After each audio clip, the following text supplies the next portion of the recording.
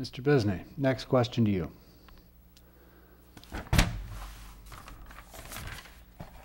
ADA compliance. Considerable amount of time and money has been focused on curb cuts and other accessibility requirements of the Americans with Disabilities Act. Do you feel that this has been money wisely spent? How would you have handled the situation, and what would you do about future demands, such as making the council chambers compliant? Well, the ADA regulations and compliance are things that have been mandated by law.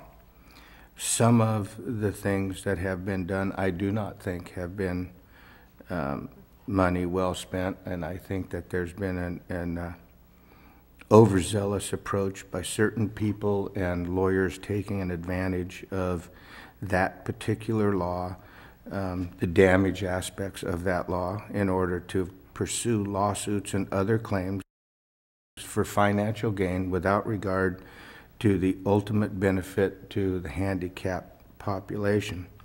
I think it's a well-reasoned idea. I think that it's something that is important, that handicapped individuals have equal access, and I think that this chamber should be, and it's almost amazing that at the time that it was built, it wasn't made to be more handicapped accessible.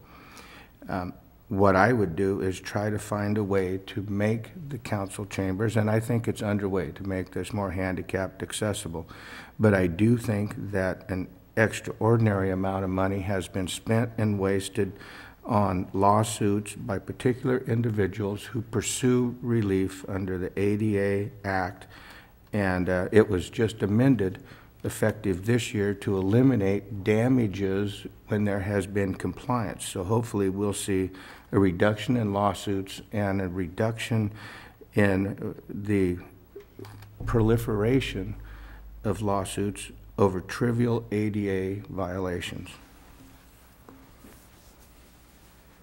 Mr. Kreska. I'd have to agree with Dane on some of these points. I do think ADA is important. Like him, I don't necessarily think all of it was money well spent.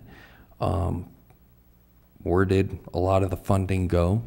I think there's some serious accountability issues with it.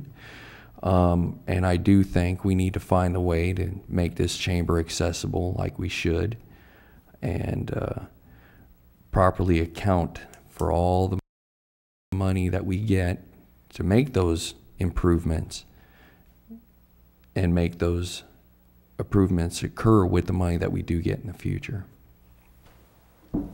Ms. Koppas. I think that we should strive to provide access to the disabled population, but the way I look at it as far as the funding goes is that the curb cuts that I've seen, I actually remember when I was in high school when they were cutting up the curbs, but when a street is flooded, it's no longer ADA compliant. So you really have to look at all of it and really see with what you have what the best overall decision. I do think it's important that the council chambers should be compliant as well, and I think that it's something that we could look into and seeing where the funding could come from.